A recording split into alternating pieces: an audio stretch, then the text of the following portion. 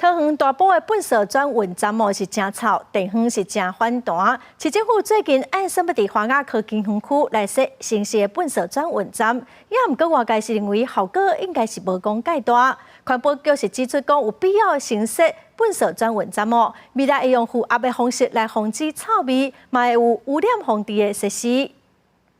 桃园龟山区大埔粪扫转运站长久以来传出臭味，引起地方的反弹。市长张善政答应讲，以年底退场为目标。环保局规划伫花雅科技园区设置新的成都式的转运站，采负压密闭式来运作，改善臭味会传出去的问题。11月份发包，明年3月会完工。不过，这个做法防治义工本质并无改变。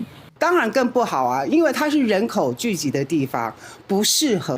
就是它整个仓储的计划要很完善嘛。我们龟山人的立场是不要垃圾转运站，只要增加清洁人员，还有垃圾车，以及重新调整清运路线，就可以达到垃圾收完直接进焚化炉。针对议员的质疑，环保局回应讲，龟山若无设置粪扫的转运站，民众等粪扫车的时间平均会慢50分钟。暗时17条清运的路线。 会有一半的路线，收粪扫结束的时间超过暗时9点45分，百面会严重影响居民的生活。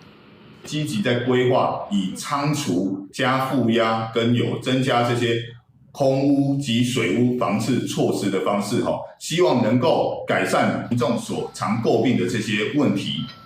环保局表示，在焚化炉改善完成了后，就会先降低大埔粪扫转运站的转运量，会先以粪扫卖坑过暝来营运。 未来新的转运站，除了会为室外改造冲突密闭处理的模式，卖设置完整防治污染的设施，增加清洁队员甲粪扫车的数量，卖持续甲地方来沟通。记者综合报道。